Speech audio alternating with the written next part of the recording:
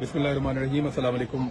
अभी हमने फैसल मस्जिद में जो है वो जगह का मुआयना किया है, सारा इंतजामिया ने हमें दिखाया, हाफिज नसीर साहब ने। और कल नमाज जनाजा अरशद शरीफ शहीद भाई का यहाँ पे फैसल मस्जिद में 2 बजे दोपहर जुमेरात वाले दिन होगा।